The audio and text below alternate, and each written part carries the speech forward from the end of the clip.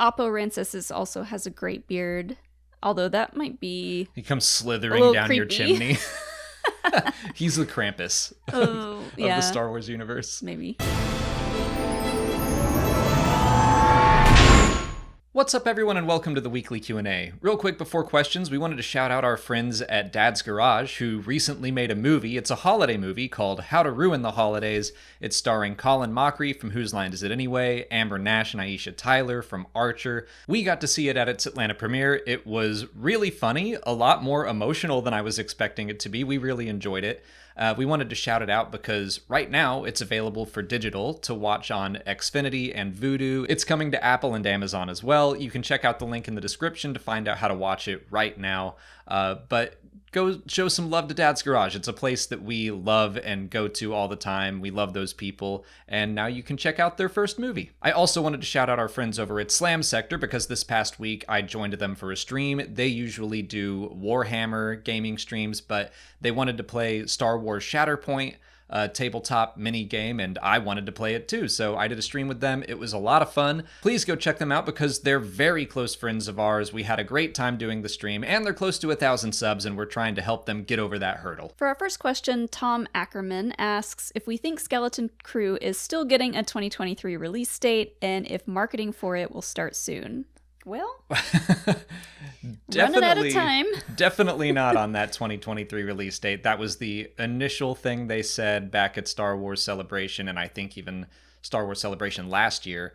But with the strikes, I already was expecting that would be delayed. Mm-hmm. I was thinking it would be early in 2024, but this recently, it's a good timing on this question because Bespin Bulletin just put out a report. It's a leak, it's a rumor, so take it all with a grain of salt. Nothing confirmed here, but they're hearing that it's going to be a holiday 2024 release. So almost a full year yeah push, even though we didn't know exactly when it was coming anyways. Yeah, I mean, I think that the word swirling around before the strikes was that it was going to come out in November of 2023 and go through December. We could have been watching it right now. Exactly.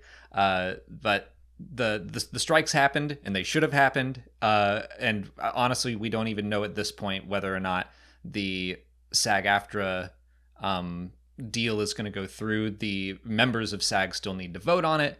And we have friends in SAG that I've talked to, and they're not fully happy with the deal. So we'll see what happens. I think the deadline is December 5th.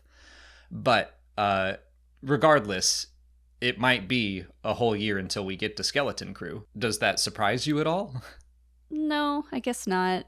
Because we haven't heard anything about it, like you said, in a while. Last we heard it was at Celebration, and I don't know. I'm okay to wait for it. I guess I wasn't expecting a whole year of it being pushed, but it seems like they really wanted to come out around the holidays. Yeah, that's the sense I get as well, that it's focused on a younger cast. If it's going to have that Amblin feel, it seems like a family affair. It seems fitting to come around the holidays. Who knows? Maybe it's going to be around like the Star Wars version of Christmas. Like maybe they made it to be a Christmas story, like Life Day, I guess. Yeah. Could be central to the plot. I think it was maybe more a decision where they knew everything else they wanted to do within the year, and they just want to keep it around that time of year. I don't necessarily think it's about the holidays. Probably not, but it would be kind of fun if it's like, this is a Life Day story. That would be nuts. I don't think that's true, but I doubt that delaying it a full year, if that happens, is going to affect things, because it's not like The Mandalorian Season 4 is coming in 2024. So really it could, as long as it comes out before the next Mandoverse project, it's okay. I'm more just surprised that they're going to shuffle things around that much. So it's probably going to be The Acolyte will be the next live action thing to come out. Which is very exciting. I'm so excited for that. We don't know when that's going to be. Yeah. I think The Bad Batch will probably come out first as far as streaming things go. So we'll have that. We'll have The Acolyte, Tales of the Jedi probably. And then I think Skeleton Crew. I'm not... The Bespin Bulletin report also said that Andor might get pushed to 2025, which I was kind of expecting that. I think there's a chance they could make it into 2024, but I think just started production back up. There's still going to be a lot to do. I'll be surprised if it makes it to next year. Yeah.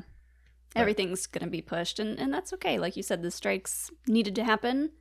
And, as far as marketing goes, I feel like if this show is going to be geared towards a slightly younger audience, they want maybe more time to market it and to get kids excited about it.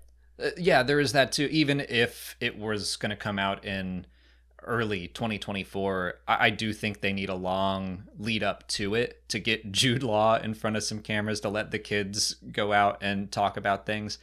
Because you're right, they have barely talked about this project. Like, we know about it, and people watching this know about it because we are way too tuned into everything Star Wars does. But most people have no idea that this thing even exists. Mm-hmm. So yeah, maybe they need a year to just remember Skeleton Crew is coming. I mean, maybe a lot of studios saw what Barbie did and are rethinking their marketing strategies. Maybe they're like, we need to do more for a longer period of time. I think that is true across the board. I mean, whatever they have been doing before has not been working. Like traditional, just normal marketing for a film. Like box office in general has been down this past year. So not that this is going to be a theatrical release, but still, I think that it makes sense that they might want to have a long lead up.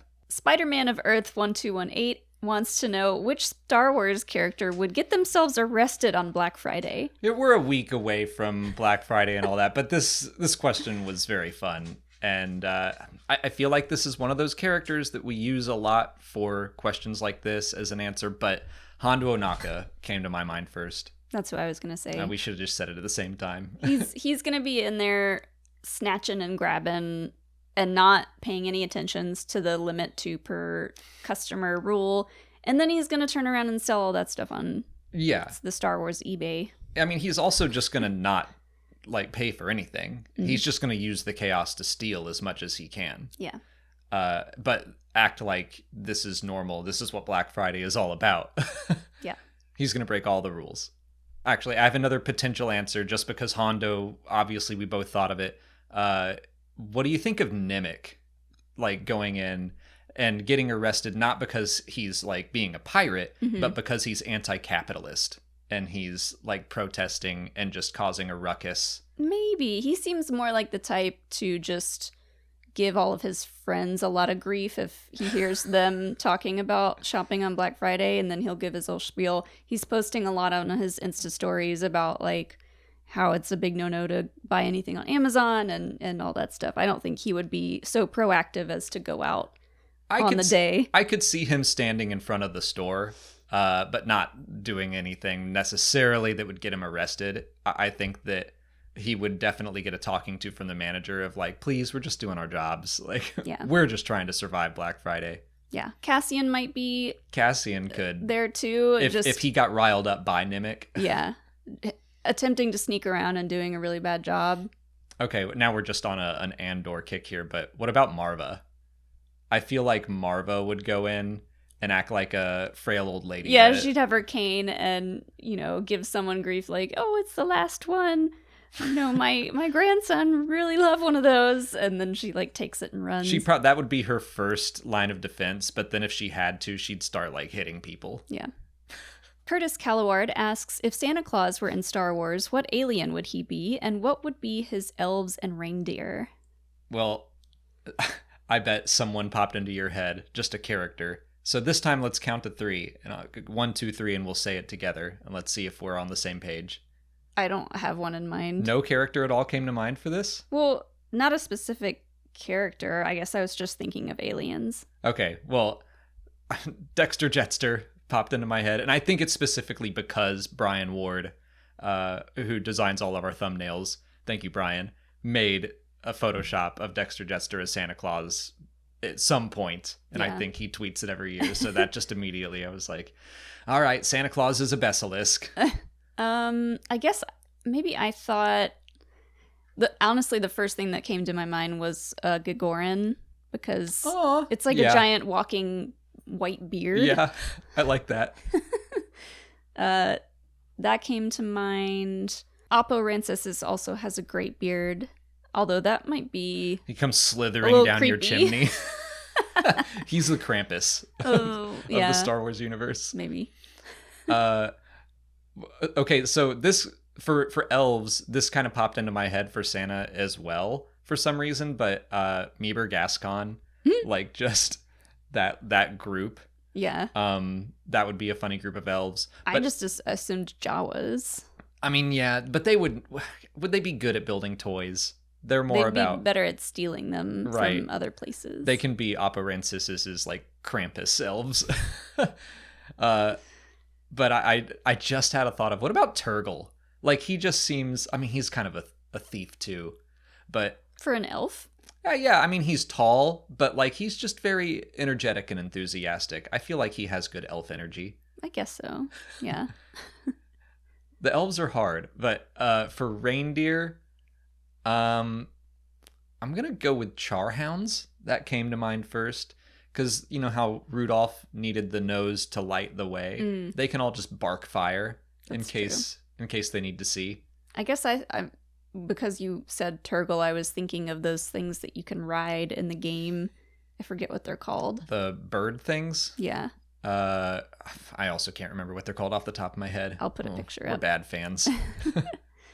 Also for elves, though, Ewoks are pretty crafty. They're good at making things. That's true. They would just make a bunch of like, here's a hatchet, little girl. Yeah. A Yeah. bunch of weapons. Zacharias wants to know if Thrawn could beat Darth Vader in a purely naval battle. Just if they had like the same Star Destroyers, the same military complement, and it was a one-on-one fight, who would win?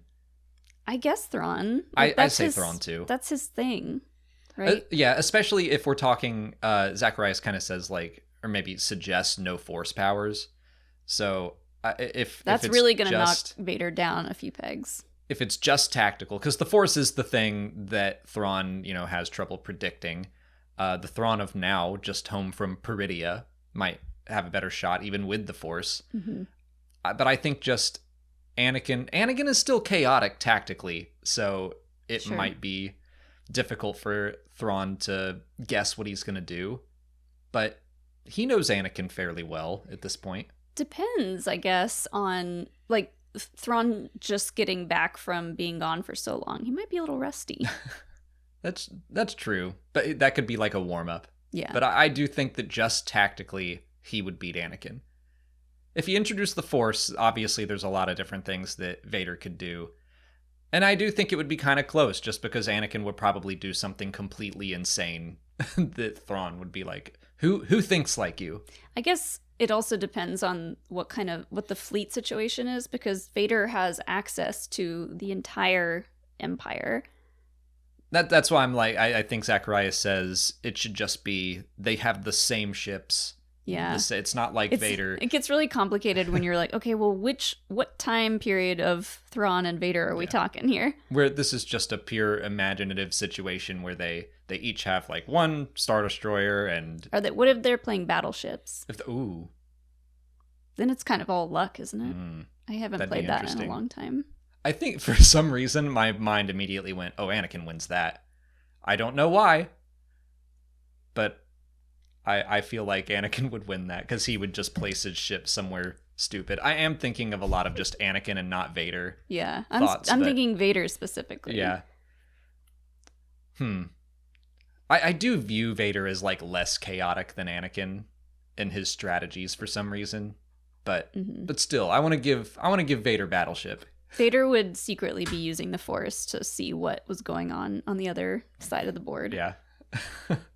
This episode is sponsored by BetterHelp. The holidays and the coming new year can be a time of great stress for a lot of people. Despite celebrations surrounding Life Day or any other real-world holidays you observe, this time of year can be a lot, and it's natural to feel some sadness or anxiety about it. I've struggled with anxiety for years as my thoughts drift off to worries about the future. Something that's helped me work through those thoughts is talking about them. Therapy gives you a judgment-free place to do exactly that, so you can get out of negative thought cycles and find some mental peace. In the past, my therapists have helped me regain perspective on some of the issues I was grappling with and taught me some coping skills to prevent going down a rabbit hole of anxiety. If you've ever considered therapy, give BetterHelp a try. It's entirely online and designed to be convenient, flexible, and suited to your schedule. You just have to fill out a brief questionnaire to get matched with a licensed therapist, and you can switch therapists at any time for no additional charge. Find your bright spot this season with BetterHelp. Visit betterhelp.com/SWE today to get 10% off your first month. That's BetterHelp, HELP.com/SWE. Ellie Mueller asks if we have any tips for maintaining a work-life balance. I laughed when I read the question, and I thought you were going to laugh at it harder now, at me specifically. What do you think? I think that it's gotten better. I think my work-life balance has gotten better. I wouldn't say it's good, but it's better than it was. It's not great. And Ellie very correctly points out that it's probably difficult to maintain work-life balance when like you work from home and it's always available. And yeah, so like I think part of it, something that's helped me is better maintaining those boundaries, especially when I'm not in my office. Mm-hmm. But like taking social media off my phone, especially Twitter, because like my Twitter is the Star Wars Explained Twitter, so I don't have one that's just like, oh, my personal friends that I can look through. It's all my feed is Star Wars all the time. Mm-hmm. So it's really easy to slip back into that mode. Yeah. But if you had one of your own, would you use it for good or for evil? Good. I mean, I would read it for good, but then again, it would be very easy to just be like, and then I'll check and see what the Star Wars Explained Twitter is looking like. Yeah. And I think having Twitter on my phone is just something I can't do anymore. Yeah. If you do what we do, it is kind of always accessible, and you can go on the computer or on the phone any time of day and like read Star Wars news or think about like, oh, I could do a video on this, or but the books we're reading typically are Star Wars books, and we'll read those like all the time, and it just kind of like gets you in the mindset of work without you kind of realizing it. So you gotta prioritize just everything else in life and make time for it. Yeah. And it's true that like I'll work on the channel and then in the evening be like, oh, well, we got a new Star Wars book, and like I'll read that before bed, which is fun and I love doing it, but it also, I'm still thinking about, oh, I can make a video about this or that, or I'm making notes constantly. Mm-hmm. So it's like, even though I view it as leisure, it's not really. It's hard to turn that stuff off. I guess I feel like I've gotten pretty good at getting out of work mode recently, just because there hasn't been a lot of Star Wars going on. So other than reading The Eye of Darkness, because of the holidays, I guess I'm kind of like in holiday mode. Yeah. But when it is like a busier time and there's a show on or something like that, like it is hard, and you have to just kind of like force breaks within your day and like have kind of a mindset of like, I gotta clock in and clock out of whenever I'm working. Yeah. It's easier for me to have those really hard lines of like, we're gonna be out of town we'll be at Dragon Con, for example, which even though we moderate panels or we'll have interviews, it's still just a different vibe. I'm away from the house, and it's easier to just be like, I'm not in work mode all the time. Yeah. And a lot of people will understand working from home being its own ordeal, because then you feel like you never leave the house and you feel like work is always there, and it kind of messes with your mind of work life and home life, and that line gets really blurry. Yeah, it's hard to like give yourself permission, especially when it's just us, and it's like if I were working for someone else and they were like, hey, I know it's 7 p.m., but some Star Wars news just dropped and we need you to cover it right now, I'd be like, mm-mm. But because it's me, I'm like, oh, I should cover this right now. Uh-huh. So, I don't know. Like, that's probably not... I hope we had some good advice in there scattered throughout, but mostly we're just like, we're not great about it, honestly. I mean, it'll take a toll after a while, so I think because we've done this for a while now, we kind of see those telltale signs of, like, being burnt out or feeling, like, overworked and stuff. So I think just, like, setting your own schedule and, like, creating specific times for work and then creating specific times to do anything but work. Mm-hmm. So working out or going out, getting out of the house is like a big one for us. Yeah. It's funny. I remember doing an interview with Daniel Jose Older, and he brought up just it's hard to set those boundaries, especially when you enjoy what you do. Like, he loves writing, and he's like, he needs his wife sometimes to be like, hey, you're acting burnt out, go for a walk or something. And it's like, he just doesn't realize it. And I feel that way sometimes. And then Molly comes in and tells me to stop it. Get off your computer. Come hang out with me.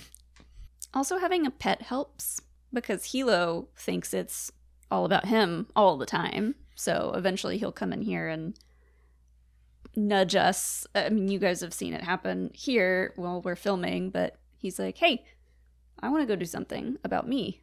Let's go play. He comes in, he sits on my floor, and then he just starts farting. Like, genuinely. just starts farting. Trying to stink you out of the room.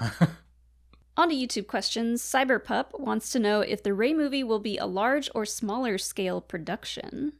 More talking about, I think, budget. They mentioned a couple different films, and one of them being Dial of Destiny, which had like this huge budget.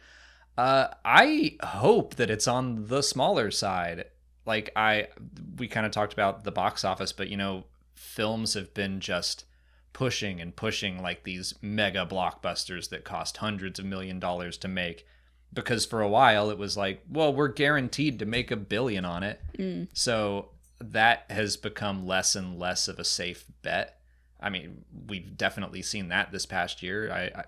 I think just what Barbie and Oppenheimer made $1 billion. I can't remember if anything else did, or if that stat is even correct, but you know, it was a rough year at the box office. So I think that they should probably scale it back a little bit. I don't know. Like, just when I think of a Star Wars film, I just automatically think huge blockbuster, like big budget movie. Yeah.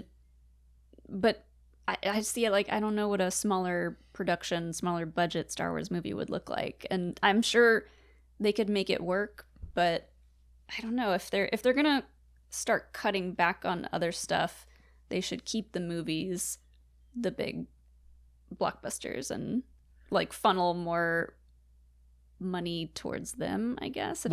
I mean, I think that a lot of people talked about The Creator this past year and how it had like a budget of $80 million and looked amazing. Mm-hmm. So I don't think you have to sacrifice quality visuals, for example, to have a big blockbuster feel.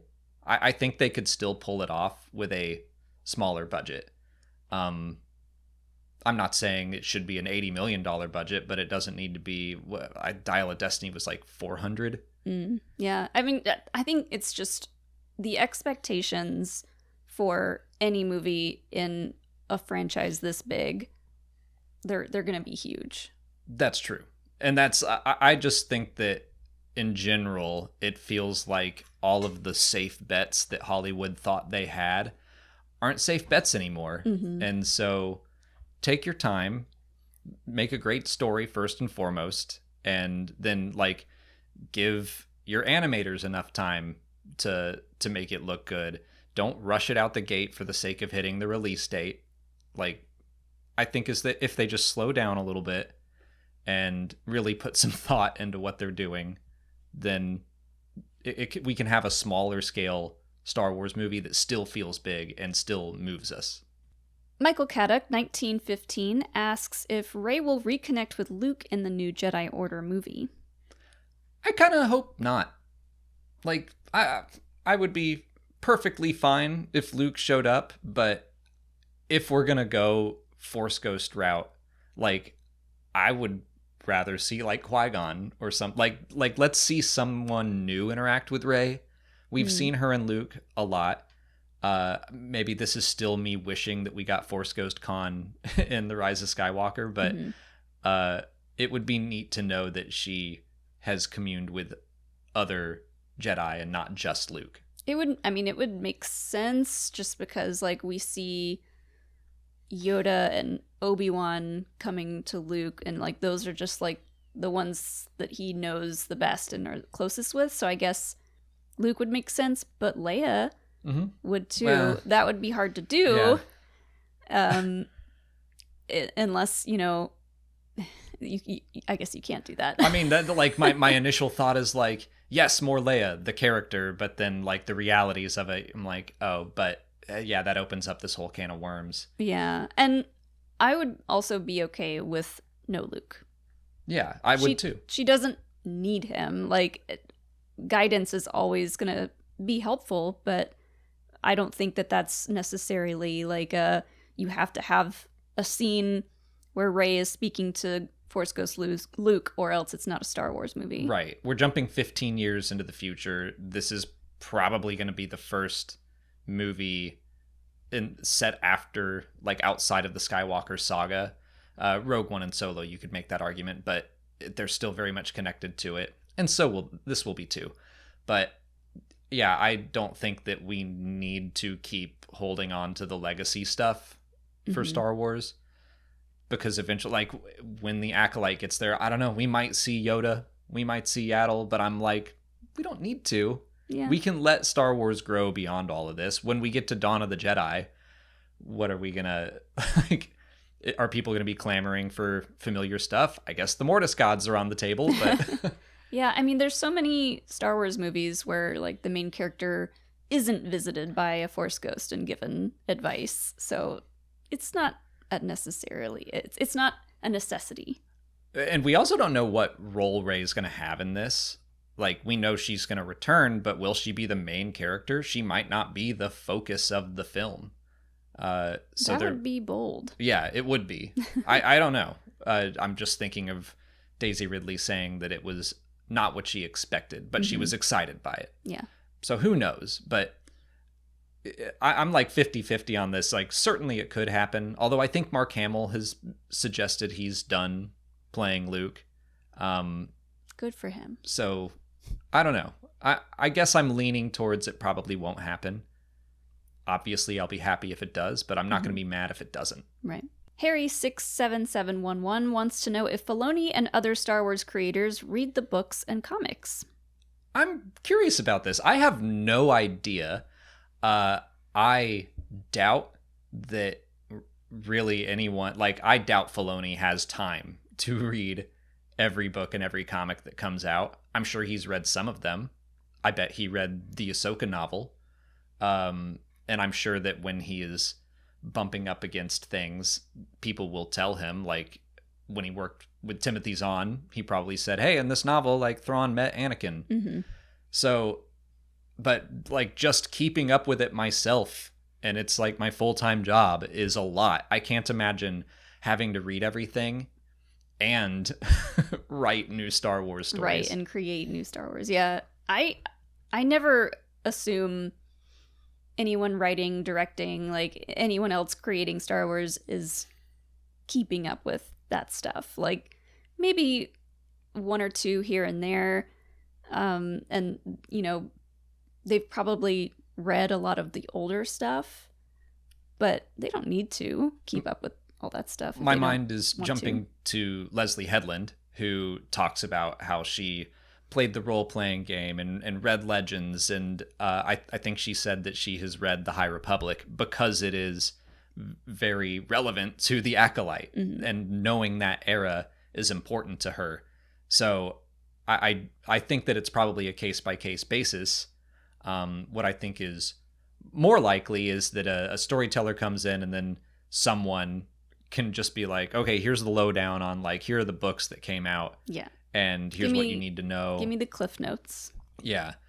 But I would be very interested to see, like, I would be delighted to learn that Filoni, maybe he's a great speed reader. I'm not the fastest reader. So, like, in my mind, I'm like, there's no time. But he might be able to read a book in a couple hours. Who knows? I mean, we just talked about work life and home life balance. You know, if it were me asking Filoni about what he's reading during his time off, I would hope that, you know, it's not Star Wars stuff, just because, like, you gotta expand your horizons a little bit. I mean, he seems like a guy with a lot of fandoms. If you look at Ahsoka alone, it's like there were Lord of the Rings and Narnia references. I bet he reads just a lot of fantasy in general. Yeah. But I would be curious to know who at Lucasfilm reads the most and what. If you were Grogu, would you have chosen to stay and train with Luke Skywalker or to return to the Mandalorian Din Djarin? Why?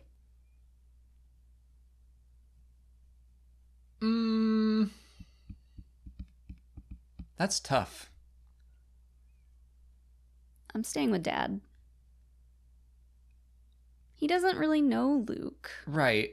And he doesn't seem to want to finish training to be a Jedi. He wants to follow Din.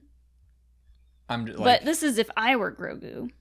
It's just presented with the choice. Let's simplify it first. Presented with the choice to be a Mandalorian or a Jedi, what do you choose? Jedi. I would too.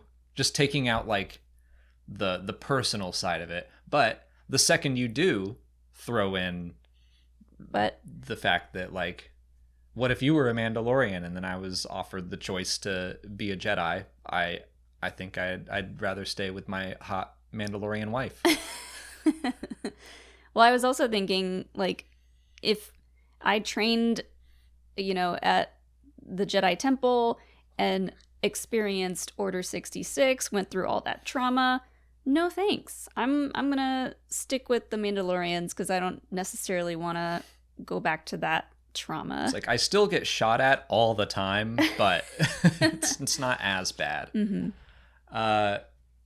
Yeah, it's interesting that, like, just once you get the personal aspect of it, it's like my answer does change. If I had developed that relationship with Din, I also think I would have chosen what Grogu did. I mean, like, Grogu kind of got the best of both worlds because he did get to go and train with Luke. And then after a little while, Luke gave him the choice so that, you know, he could remind Grogu a little bit of, like, what it's like, and just so that he could, like, test the waters a little bit. So. Yeah. He unlocked his ability to control himself a little bit more. Yeah. That's all the time we have for questions today. If you want to leave a question for next week's video, just put it in the comments below or sign up for Patreon to join our weekly Q&A discussion. If you haven't already, please like this video, subscribe to the channel. Follow us on X, Threads, Blue Sky, Instagram, and TikTok. And as always, thanks for watching, and may the Force be with you.